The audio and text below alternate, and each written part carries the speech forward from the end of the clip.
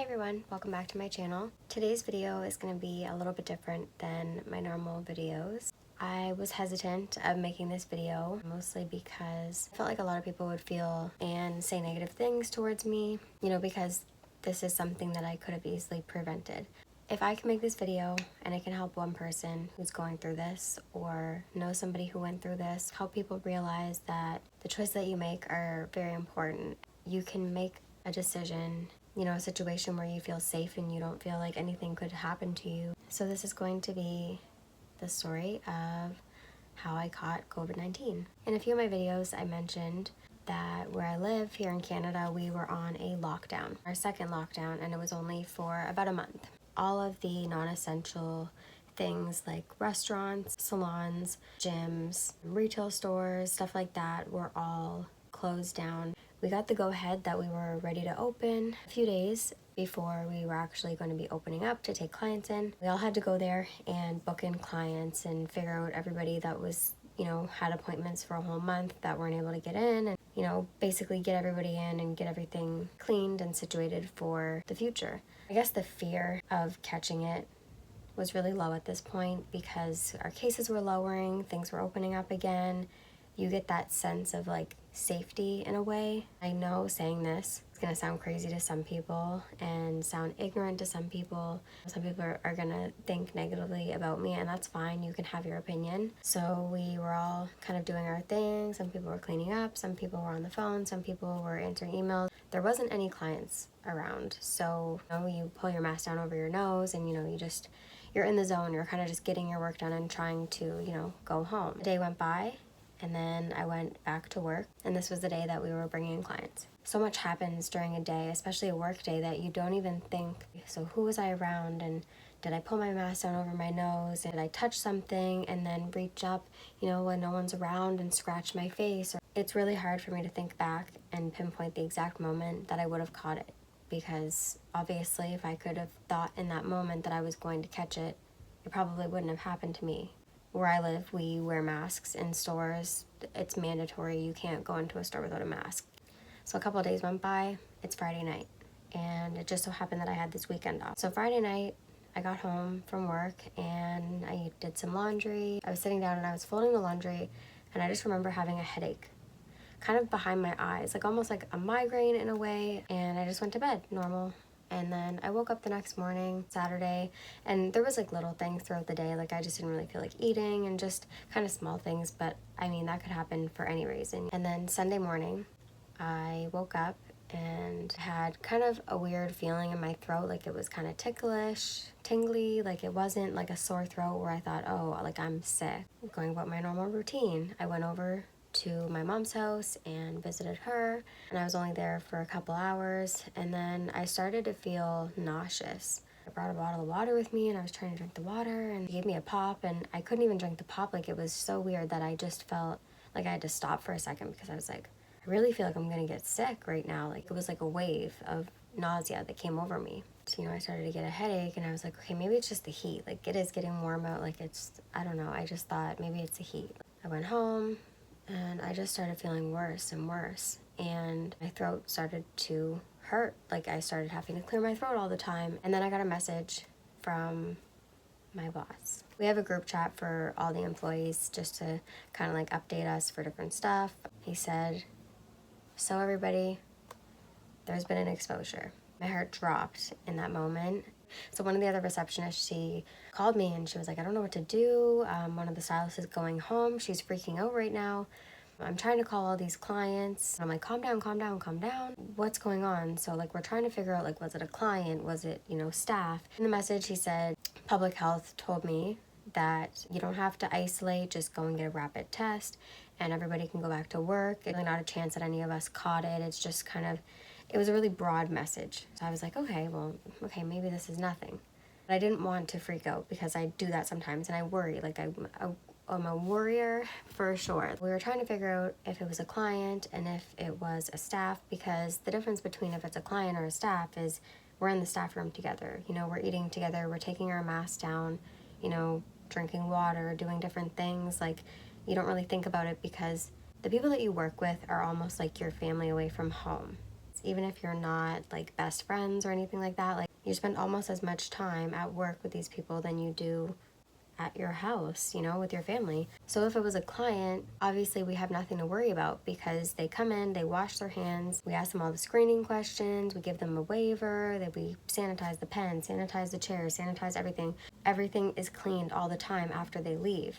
So there's really no chance of us getting it because we're not really that close to them. And then we do like a three-way call with another one of the stylists. I'm like, is everybody okay? Like, what's going on? So then one of them finds out who it is. They like blurt it out and my heart dropped. So I said, I'll call you guys back. Like, I just need to think about this for a second. Like, I'm really freaking out here. I call the testing number and I explain the situation.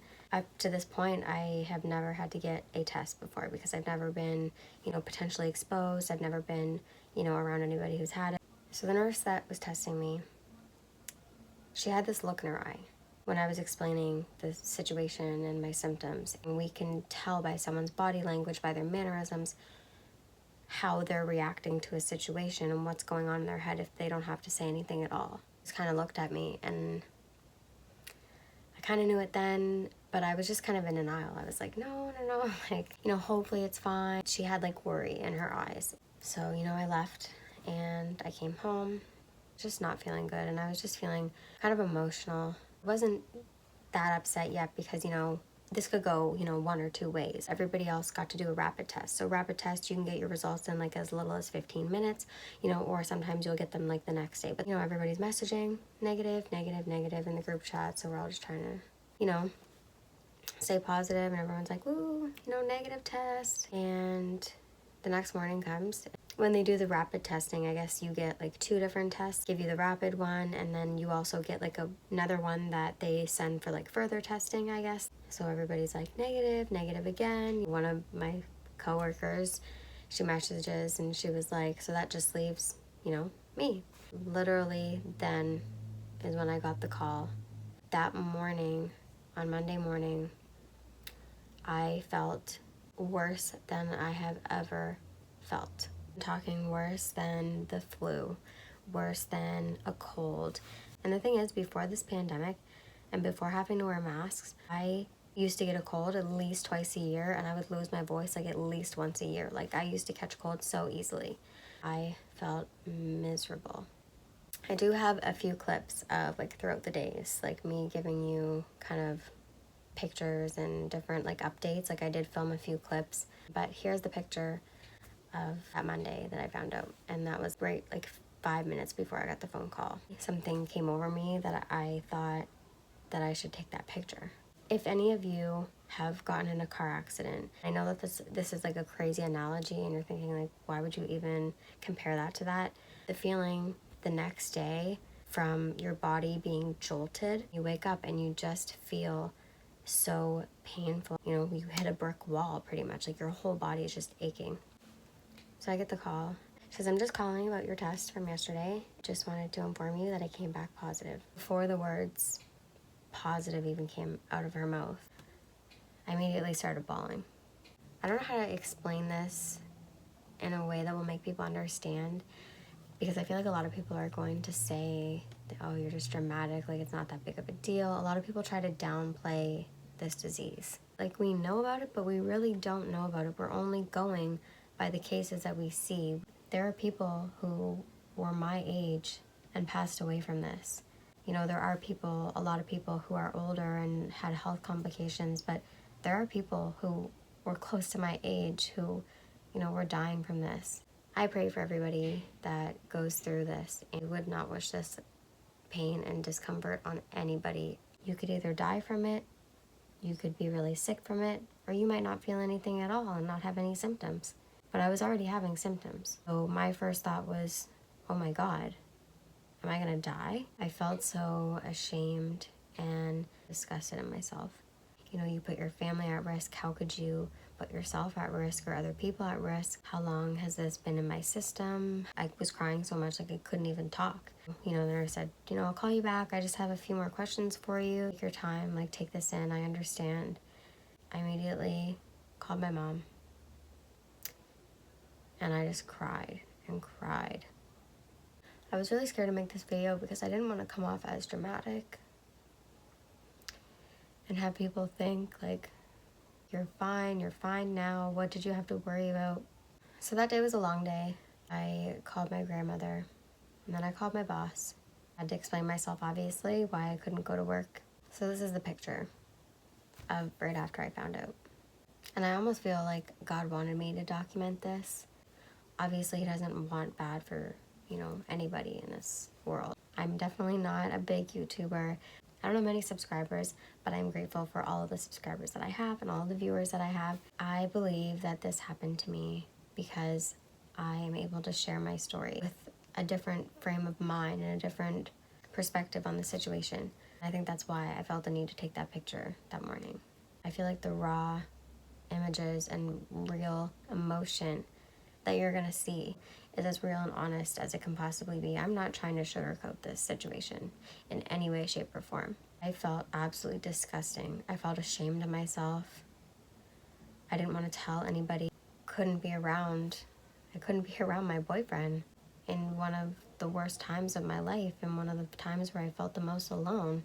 I told my family there's stuff going on in his own family. His parents are trying to sell their house and everything like that. There's just a lot of stuff that's kind of going on in their lives that we really just didn't want to kind of throw this like bombshell, I guess, out there for them to have to worry about it. Just one more thing that they would have to worry about. And I wanted to tell them, but I respected him and his decision, and that's his family and what he wants to tell them. I'm totally there for. Like, I'm with him 100%. I just respect his family a lot, so I would never want to put them in a situation where they feel like, I don't know, kind of like to shock them like that.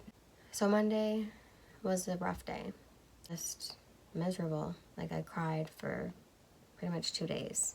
You hear about it on the news and you see all the cases and all the deaths, and it's one of those things that you really just don't believe it's real until it happens to you. So Tuesday came around. I was coughing. I had the worst headache. I woke up. My whole body just hurt. I was sweating, nauseous, felt dizzy, like I couldn't get out of bed. I stayed in bed for about a week, actually. I guess I'll put in the 2 videos now. The public health nurse that's assigned to my case, she's going to send me a thermometer and an oxygen monitor for me to monitor my oxygen levels in my blood. I was exposed on Thursday, June 3rd, and then I started having symptoms on Friday the 4th that progressively got worse. You really don't think that this is going to happen to you until it does, and words can't even describe the way that I felt when I got the phone call that my test came back positive. Today I am doing a lot better. It kind of comes in waves. This morning I felt even worse than the day before. Like, my head was killing me. I have taken Tylenol and everything. I'm gonna take a shower in a few minutes, like a nice cold shower, just because it's hot as hell and we're having a heat wave warning thing going on right now, so it is pretty warm. So I've been having that. I did lose my taste and smell sense.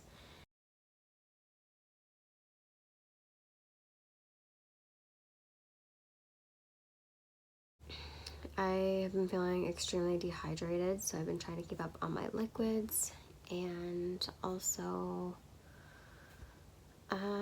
I did have a kind of like high temperature, not a fever necessarily, but definitely a high temperature. I got a little finger sensor that tells you your blood oxygen level and your heart rate, like your beats per minute. I'm gonna take a shower and hopefully I feel a little bit better tomorrow, and I will update you guys then. If any of you are really curious of like the timeline of my symptoms and what symptoms I had on which days, I'll put it right here. So during all this, I had my birthday. I turned 22. During this whole pandemic, we're used to not having big extravagant birthdays anymore and having, going out to dinner and doing different stuff with your family. When even in a room with nobody, like no social interactions besides talking on the phone. My boyfriend, he was amazing throughout all of this. Like, he seriously was. He slept on our couch, which I know was not comfortable. Lord knows that he had all kinds of back problems and back pain after that. Just made sure that I was waking up and taking my medication, giving me water, giving me juice, making sure that I'm drinking enough. I really just didn't have an appetite, but he always tried to make sure that I had what I needed. It's almost funny in a way, because if you watch my videos, if you are a subscriber, you will see that I made a video, my quarantine makeup.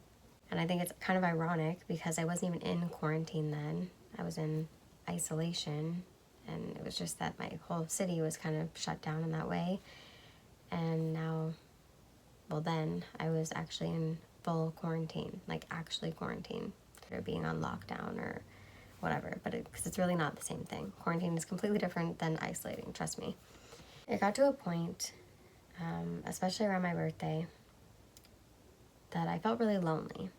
And the reason that I felt that way was because there was a sense of togetherness when we all first found out that, you know, it happened in the workplace, and everybody was saying, you know, oh, negative test, and everybody was kind of like celebrating the negative test, you know, that whole aspect of it. That day when, you know, one of my coworkers said, so we're just waiting on, you know, me. And, you know, I just decided, might as well tell them now. Everyone's going to know anyway, because I am the main reception. Like, I'm the one who's there the most. And, you know, I just said, I have it. I think I said, like, I have it, like, ... or something, because it was just kind of like an awkward thing to kind of say, because everybody else didn't catch it except for me. Nobody really said anything. Really, the only two people that checked in on me from my work was the one stylist that I was talking to, like, when we were finding everything out, and my boss, who checked up on me and cared to see how I was and, like, asked me anything. And then also the girl who, you know, had it and everything, she reached out to me and said that she was so sorry, and, you know, that she obviously never would have came to work if she didn't have it, and I didn't have any kind of resentment towards her, like, whatsoever. Like, it's not anybody's fault, because just as quickly as I got it, you know, she got it. So, like, it just happens in the split second. So I didn't feel any kind of way towards her. And it was nice that she reached out to say that, because I mean, she could have not said anything at all, because I'm sure that she was feeling just as, like, embarrassed to say it as I was. But I mean, there's really no way to beat around the bush about it. Like, it's kind of just a thing that people have to deal with. I always try to reach out to people. If people are going through something in their personal life, it does affect the workplace. You know, everyone's saying, oh, like, you know, so-and-so's not here because of this, and, like, if something, you know, tragic or something sad happens to them, or they're not feeling well, I always try to reach out to people and make sure that they know that they can talk to me if they want to. They don't have to, no pressure at all. I just want people to know that there is somebody there for them, because the way I think in my brain is, I don't know if other people that we work with are messaging them, and I'm sure that they probably have a bunch of people messaging them, you know, to give condolences or wish them good luck, or, you know, different stuff like that depending on the situation. But I think, you know, it doesn't matter if they have a bunch of people messaging them or if they don't. I think, like, you know what, at least if I send my message, if they didn't get any messages, then at least, you know, they have my message and they know that I'm there for them if nobody else is. I just felt like it was a really eye-opening experience, because in that situation, you know, it really shows that the stuff you do for other people and the good you put out in the world isn't always reciprocated. And I'm not overly upset about it. Like, it did kind of sting a little bit, because I was going through such a hard time and felt like the most, like, isolated and alone that I've really ever felt, because, you know, a lot of people knew what was going on in my life, but just nobody wanted to reach out or ask how I was or anything. So after my isolation was done and everything like that, I went back to work. I do have a little bit of, like, shortness of breath, and, like, I feel like almost like a lingering cough, if that makes any sense. Like, if I talk too much, I get, like, winded and I can't really breathe. Like, even now my cheeks are getting kind of flushed because I'm, like, trying to catch my breath all the time, but that'll come back eventually. I think what kind of made the situation, like, really set how I was feeling in stone, if that makes any sense. When I went back to work, and I had a feeling that this was going to happen, that everybody was going to ask questions and ask how I was when they saw me, but they didn't ask me when I was sick. You know what I mean? It's kind of like after the fact, it really doesn't matter. And in a way, I felt kind of like, are people just asking to be nosy, or they want to pretend like they care or something? Like I didn't really understand that part of it, because if you really did care and you really wanted to know what it was like and how sick I was and, you know, what was going on and how I was feeling, then you would have asked me when it was happening. I feel like that would be the most important time to ask somebody that question instead of afterwards. But now I am fine, and I know that that's not an important thing to really focus on, but I know that there's some people out there who have gone through the same situation. Even if it's not just for COVID, it's just like with anything. Like if you get sick or if something happens to you, you just feel that sense of community in your workplace. And then, you know, when you realize that it's not actually what you think that it is, you know, people aren't your friends like you think they are. I don't really hang out with anybody that I work with, like outside of work or anything. I always thought that the feeling was mutual, that like, you know, I still care about what goes on outside of their life. Like I still ask people, how was your weekend? How was this? How was that? I really do care about the people that I work with and hope that they're okay all the time, even when they're not at work.